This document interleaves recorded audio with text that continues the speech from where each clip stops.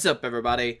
Welcome back to Team Fish Knuckles YouTube channel. Today we have another regional sport, I guess the first regional sport of the season, and we're interviewing Drew, who actually won Arizona Regionals this past weekend with his Greninja break deck. Now, I know yesterday and Expanded Thursday, we explored the deck, we played a little bit, learned a little bit about Greninja, but today we're having an interview with Drew, learned everything about the deck, his matches, and everything. Looking forward for this Greninja deck overall. But links are down below to Drew's games as well from over the past weekend. If you want to rewatch those games, I mean, his top four, his finals are up online. I think there's some others as well. Everything will be linked down below. Make sure you check out the channel. Make sure you check out these videos if you want to see this Greninja break deck in action in, I guess, real life stream games. But guys, hope you enjoyed this interview. Thanks for watching, and let's see it right now.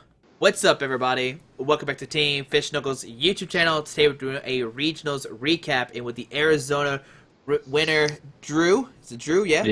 Yep. It says Andrew on Skype, so I was really confused when it said that. Yeah, it's one of those things.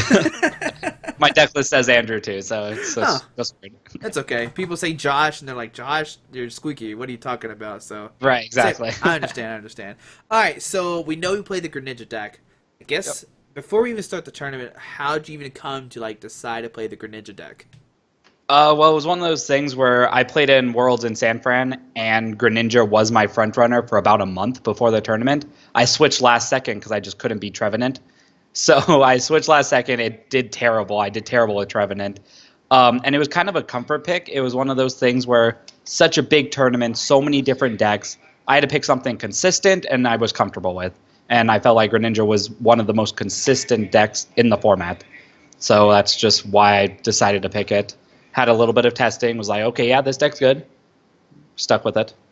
Now, at Worlds, did you play the Talonflame? Or were you going to play the Talonflame, or was that a new addition kind of thing? No, yeah, at Worlds, I had the 3 Froakie Talonflame, no Trainer's Mail deck that everybody ended up picking that played Greninja. But it was just one of those things where I even played 4 Rough Seas at Worlds, and I just could not beat Trevenant. Like, the night before, I was, so confident every matchup. Played against Trevenant, couldn't beat it. Yeah. It was brutal. Like, everybody would play me, people who didn't know how to play, people who knew how to play. I just couldn't win. Like, my brother beat me with it, and he, first time going to Worlds, doesn't play Pokemon. Like, okay. Can't really play this deck now. We're kind of the same role. I was going to play Vesco Valplume, but I couldn't beat Trevenant, and I was like, all right, we're going to play Quad Zork instead. Didn't hit a single Trevenant. I was like, well, that was dumb. Oh, gosh. So. I know, that's how it was. It's like, wow, I should have just stuck with a consistent deck than trying to metagame the whole tournament. Exactly. See, there you go, guys. So always, like we always say, stick with a consistent deck. Just play what you're comfortable with, obviously, yeah. Right. All right, so what happened day one? What decks did you play against? How did it do? Did you win? Did you lose? All that kind of stuff. Day one, it was kind of how I expected it to go. Played against just about everything. 2 Darks, 3 Rainbow Roads, a Night March or 2. It was really just meta decks. I didn't play against anything too crazy. I started out the tournament 1-1-1, and it was kind of one of those things where everyone's like, oh, we're doing, because everybody was about 1-1-1 in that tournament, we're all doing the same. And then I just didn't lose the rest of the tournament. It's one of those things, like, I couldn't lose. I tied the Archeops. That was one of my only ties. I got donked by Rainbow Road twice for my only loss. But yeah, it was one of those things where I didn't lose the whole rest of the day. It was such a long day because I'm sure everybody knows about the printing that had to go on. We started about 3 hours late. So it was kind of like I didn't even care about my record. I just wanted the day to be over with. I wanted to go to bed. And when I ended up making day 2, it was like, okay, cool. Maybe I'll get $250. But then, yeah, so day 1, it was kind of just all over the place. I played meta decks. Just the consistency beat them. It really did. Okay. Now, were you 7-1-1 at the end of the day? I was 6-1-2. Yeah, 6-1. Okay, so you did in tie in the last round, you had a chance at kind of thing. No. Okay, I sorry. had to win my last round. I had to win my last round. I was 4-1-2, and then I had to win my last 2. I believe is what the math. Yeah, whatever the math would be to where I needed 2 more wins to make it in. Okay, yeah. So we had 9 rounds, so 3-1-2, I guess. Yeah. Yeah, so it could be 4-1-2. Yeah, 4-1-2. It was 4-1-2. Yeah, 4-1-2, and I had to win 2 games against 2 close friends of mine to make it in. So, It's always the worst. right. All right. So going to day two, are you like more tired because you just played like forever long Pokemon? Like there was a lot of like mistakes and everything that happened. Like I think that like, the tournament had to be like almost 12 hours long, something like that. Yeah, it was. No, honestly, like I was tired, but it's one of those things where I feel like I played really tight the whole tournament. I didn't really make mistakes. One of those things where what else was I needing to focus on other than playing Pokemon that day? Yeah. Like there was so much money on the line that it's like I just need to focus. I've had fun. I've had fun day one. I'm tired, but I just need to focus, and I need to make sure I make the best plays, make sure that I do what I need to do to put myself in the best position to win. Okay. That's kind of how I played it the rest of the tournament, and I didn't lose day two. So I went in at 22nd, and I needed like 11 points to make it. So I won my first 3 rounds and was able to double ID in. Yeah. Oh man, did the other two people did you double ID with? Did they make it two as well, or did one person miss? Yeah, it was Michael Slutsky was the first one I ID'd with, and then the other one was the third Trevenant player, not Travis Nunlist, not me, or not Trevenant, Greninja player, not Travis, not me, but the third one. I think his name was Caleb. Okay. Yeah, I wouldn't say his name. Caleb Gedimer. Yeah. He was the other one I ID'd with, so Okay. we all made it. Okay. All right. Cool. Yeah, it was one of those things though where the first 3 rounds were easy. It was relatively easy because I get Groudon, and then the next round I'm like, great, it's my first loss my first loss. I'm gonna need to win the next 3 because it was Mega Ray with double Hex Maniac. But I somehow beat that, like somehow. So we'll take that. And then TJ playing the Sableye Garb deck was my third round where he prized Life Dew on stream and couldn't win because that deck really can't function without Life Dew. Yeah, for sure. So. All right, so you double ID, going to top 8. Are you excited? Are you like super nervous now because you're like so close to the 5,000 kind of thing? Well, so yeah, at that point, it's like I look at all the decks in top 8, and I'm like, okay, the Sableye deck is an RI matchup. I already beat it once, but he prized Life Dew. I see 2 other Greninjas, which I didn't know at the time didn't play Ranger. So it was like, okay, if they play Ranger, I can't beat them. They're just going to beat me. Yeah. But I found out all 3 of us didn't play Ranger. So, and then I got paired up. And then there was the Eels deck, which would have been happy to play against. But then I get paired up against Groudon, which is the best matchup in Top Cut for me. So I'm pretty excited. Like, it's another one of my friends. But he played it really well. It was really close. But yeah, I was pretty excited. Just so close to that money, but still had 3 more matches to beat. So the Groudon top 8 was like a 2-0 kind of thing, or was it like a 2-1? No, it was a 2-1.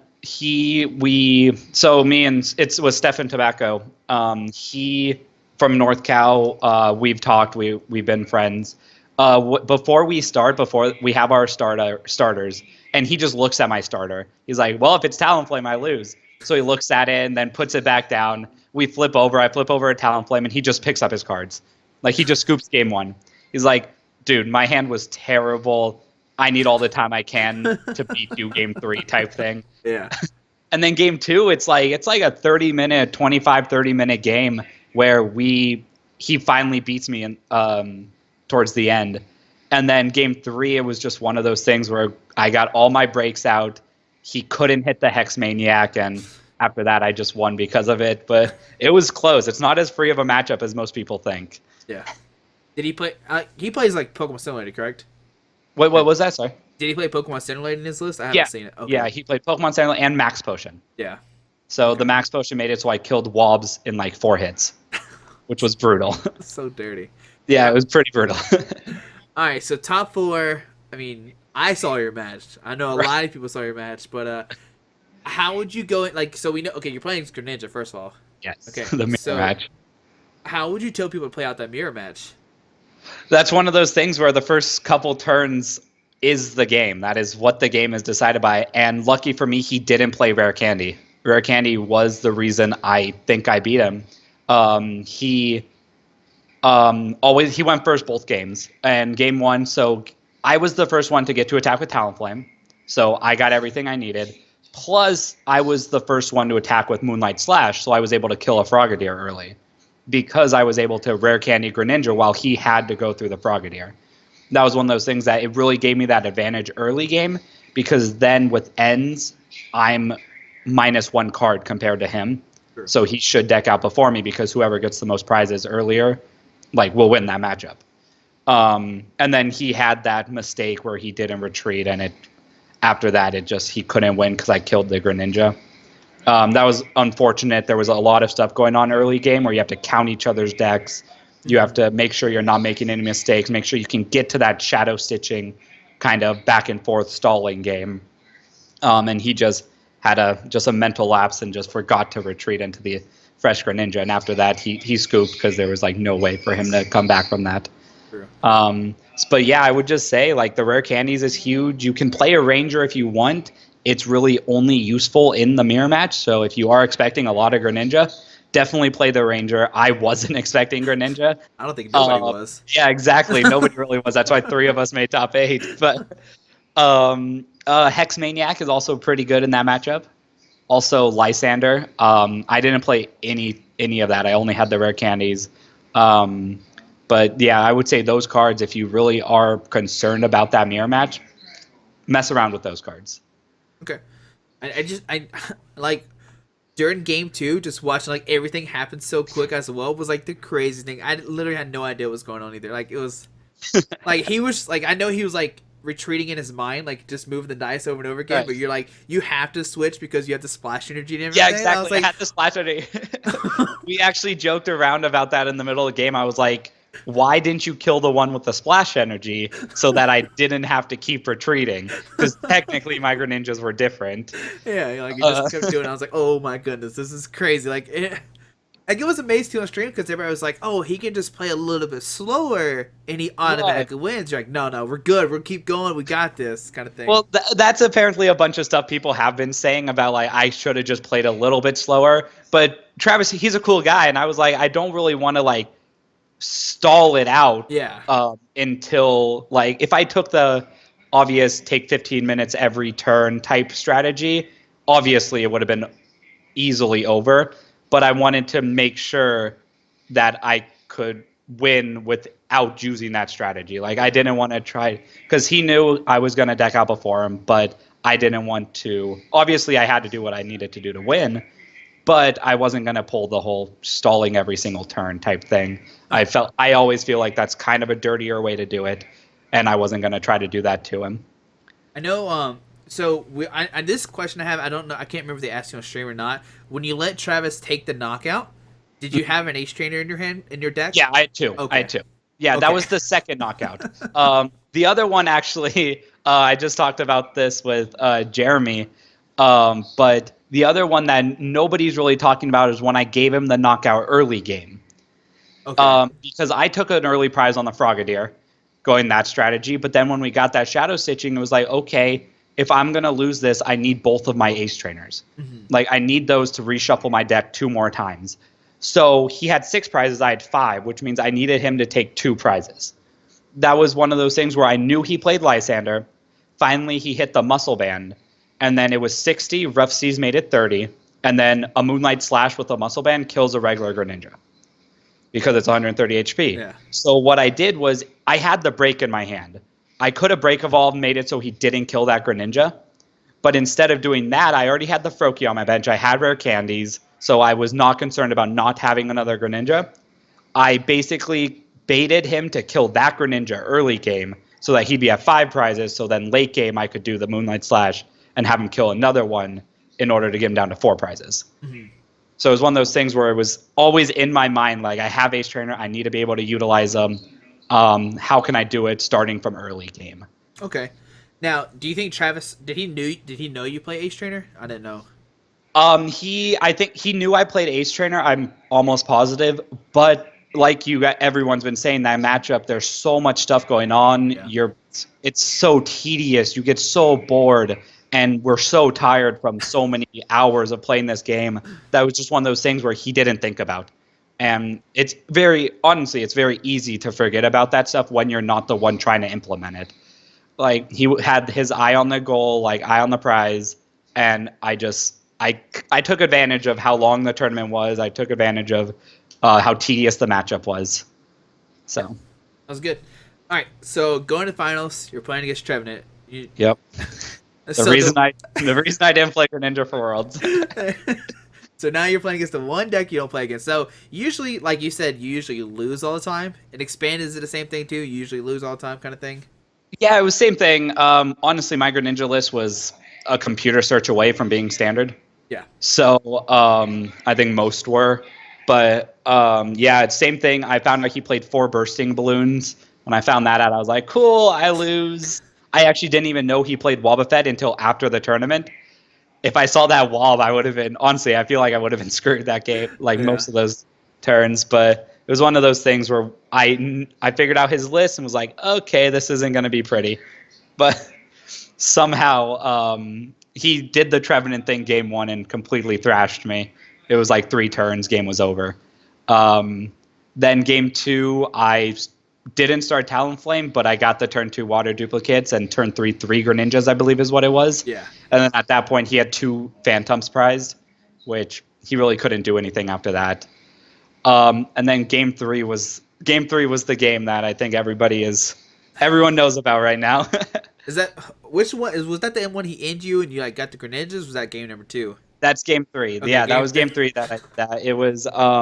The thing was though, because I started Talonflame that game, he kind of had to end me. Yeah. If he didn't end me, my hands were perfect. There was nothing wrong with my hands because I was getting 2 free cards a turn. Yeah. So he constantly had to end me, and sometimes my hands weren't good on the first couple ends, but I Talonflamed and was able to get him out.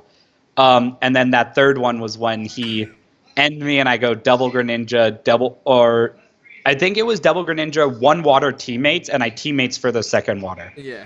Everyone's saying I drew the 2 waters. I might be wrong. I don't honestly remember, but I'm pretty sure I teammates for the water.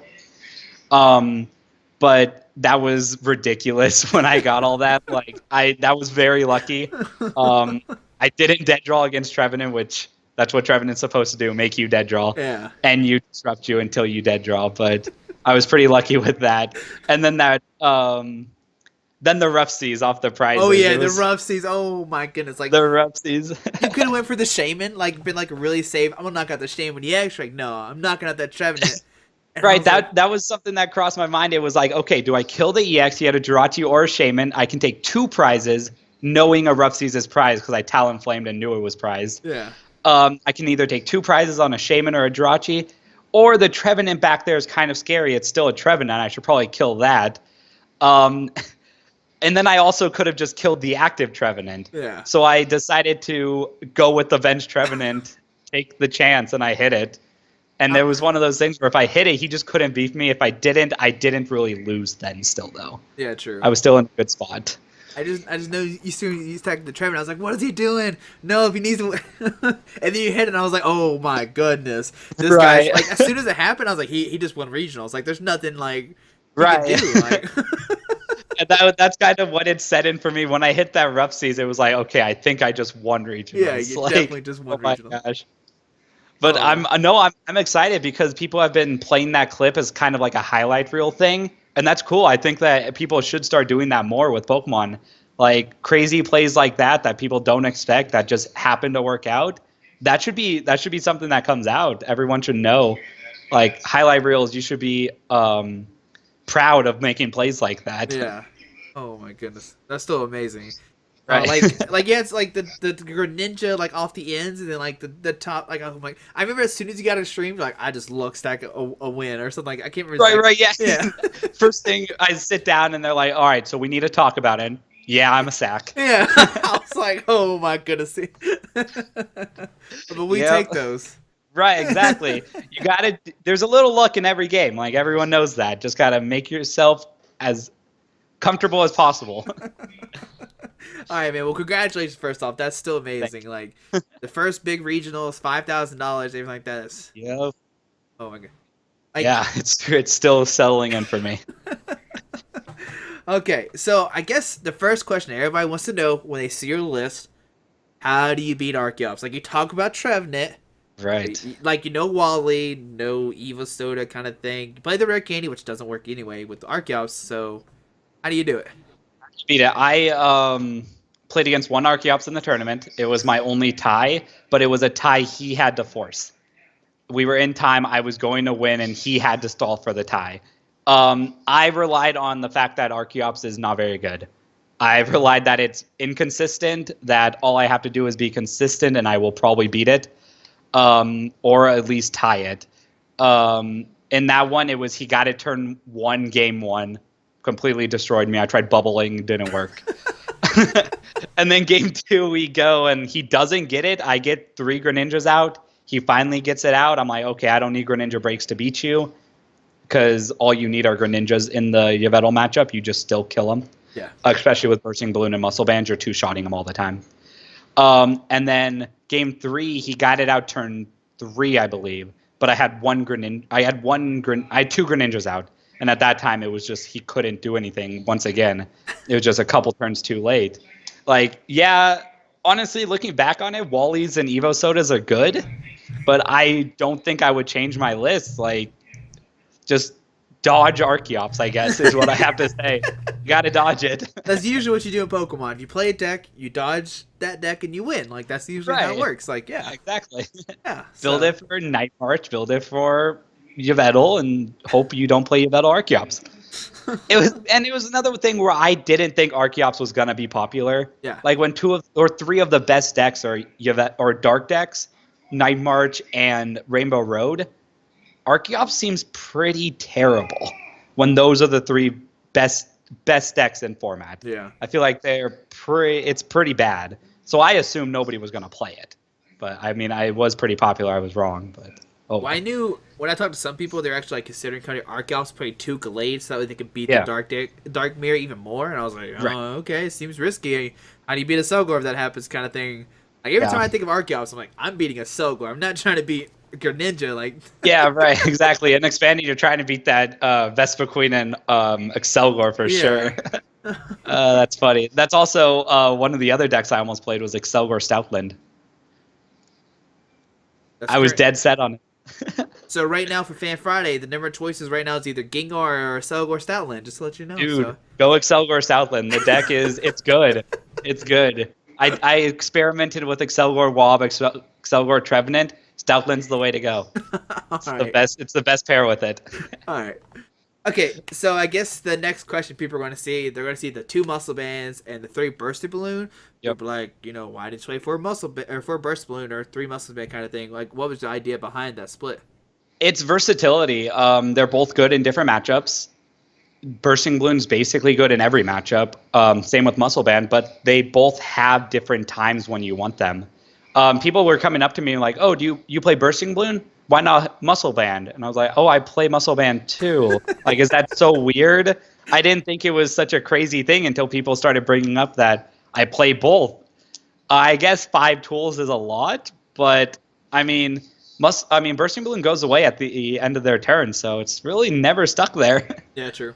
So, I don't know. It's one of those things that I loved the Bursting Balloons. Early game, attaching it to a Talonflame or attaching it to my bench Froakie so they couldn't Lysander kill Froakie without taking damage was pretty big. But yeah, both of the cards are just so good. I would not change that. Okay. All right. And I guess the next question is the support line. Like, people see, the 3 in, the 2 Sycamore, and the 2 Ace Trainer, and that's all your draw support. Why was that? Well, the deck, obviously, you want to start Talonflame. True. I think it's like a 58% chance, or maybe I don't know exactly what the percent to start Talonflame is. But if you start Talonflame, you really don't need that many supporters. You really don't. Like, Talonflame is the most consistent card in the game if you start it. So banking on starting Talonflame, and personally, I didn't think I was playing that little supporters because I was testing the deck and I counted it ready to sleeve it up and put it my deck list 59 cards. I'm like, oh, I've been testing a 59 card Greninja list. What can I add? You know what? Let's add another N.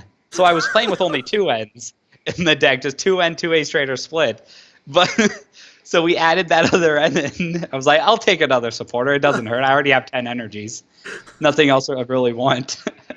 Oh my goodness. So funny. All right. And I know we saw the game. I think we saw a game where Splash Energy was like really, really clutch. Did you ever want a second one or third one? No, honestly, one was all I ever wanted. Mhm. And I feel like if you're not playing rare candies, I don't think Splash is that good. Because with Splash, you get back the whole line, but you still have to manually evolve them. With me, it was I always had a free Froakie on my bench. They killed the thing with Splash, the Greninja with Splash, and I got it back, rare candy Greninja, and had a new Greninja immediately. Yeah. So I feel like without having rare candy, Splash isn't that good. For me, I really enjoyed the one Splash. I would never move it up to two. Having 8 or 9 water energies to always have that giant water shuriken was too good for me. Okay. I didn't whiff energies really at all. Yeah. So All right. So I guess the last question might be about the list. Did you want to make any changes overall after like winning regionals, or you're like I won regionals, it's really good, it's solid, don't want to make any changes, kind of thing? it's one of those things where I want to make changes, but I don't know how to. Okay. Like having a Wally's, having a Hex Maniac were things that during the tournament I saw other Greninja players like, oh, they're playing these. Okay, that seems kind of good, but how would I fit that in my list? Most of them didn't play Bursting Balloon, which is where they had the room, but that's not something I would be willing to cut. Mm-hmm. Even the Night March matchup isn't guaranteed without Bursting Balloon. With Bursting Balloon, it's pretty guaranteed, but it was one of those things that I wanted to change it, but I don't think I could. I think my 60 cards is better than another set of 60 cards that I could make. All right. Well, I know I said that was my last question, but I forgot to ask about your supporter count. No Lysander. No Lysander. Yep. Why was that? It was something that it was always in the deck during testing. Last second, dropped it. It was always all right. It felt more of a luxury. It felt more of a, okay, I can dominate the game right here and now if I have Lysander, or I can play another 5 turns and still win. And with cards like those are the first cards I feel like I need to take out, because I want my decks to be as efficient as possible and not as luxurious as possible. I'd rather have closer matchups than auto wins kind of thing. Like if I can have close matchups versus 80% of the field instead of auto wins versus like 40%, Yeah. I'd much rather take that. Okay, I understand. All right, so looking forward to Standard. I know you're not going to Orlando. I don't know if you No. have you tested Standard at all yet. My buddies are actually coming over and we're gonna test it tonight. Yeah, so we haven't tested yet, but there's some ideas. Okay, I was going to ask if you had any ideas what you would play for Orlando. Well, let's say like if tomorrow was the day, no testing, what would you play for Orlando?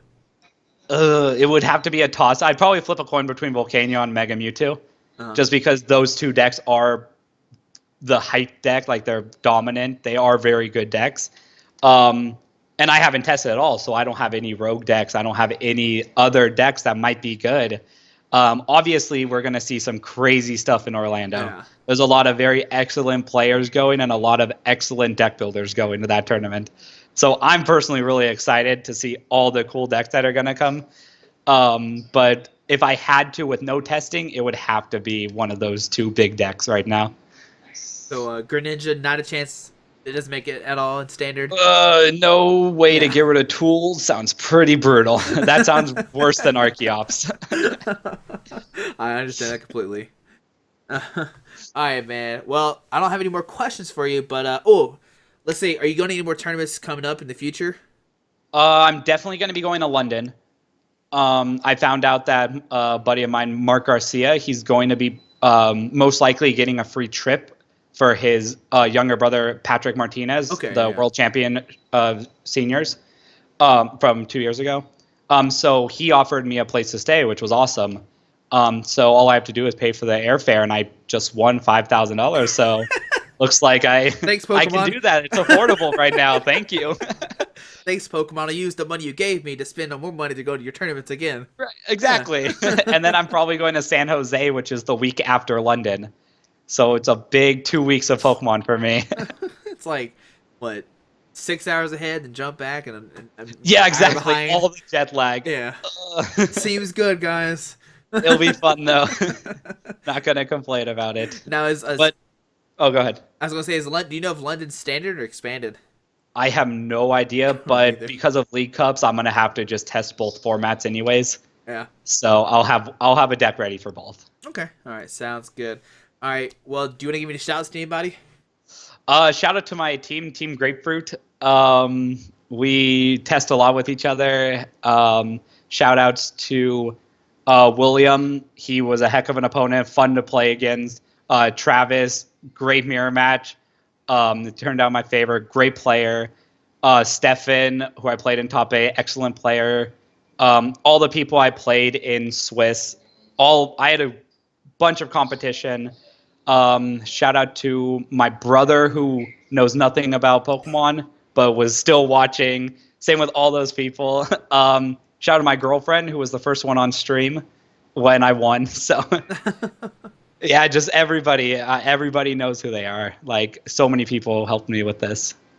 All right, man. Well, thank you so much for doing the interview. I really do appreciate it a lot. Yeah, no And problem. Thank you. congrats once again. And guys, hopefully you enjoyed this video. Thanks for watching. Hit the subscribe button. Hopefully you learned something new about Greninja. I mean, if you haven't watched those matches, hopefully Mr. Ren123, I'm pretty sure it's a YouTube channel. Yeah.